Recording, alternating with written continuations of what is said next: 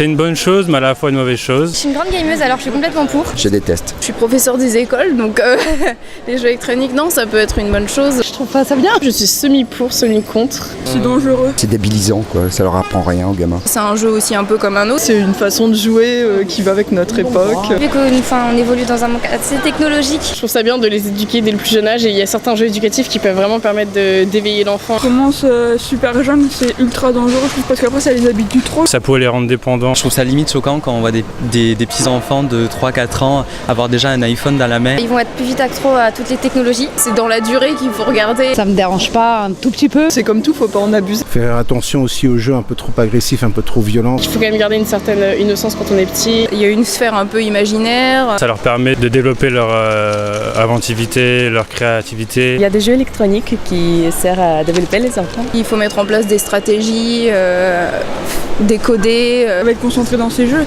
et du coup ça permettra pas à l'enfant de s'épanouir avec les autres. Ils se dépensent pas, ils sont pas dehors, ils profitent de rien. C'est l'âge où on peut sortir, on a le temps de faire des choses et on n'a pas besoin de jeux vidéo. Qui connaissent pas ce que c'est les vrais jouets. Les livres pour les enfants, c'est mieux. Souvent on a des parents qui nous disent oui mais il sait faire ça à la tablette, il sait faire un puzzle. Oui mais ça veut pas dire qu'il saura le faire en vrai. Il y a plein de procédés anciens qui marchent très bien, je sais pas, la lecture, le bilboquet ou des choses comme ça.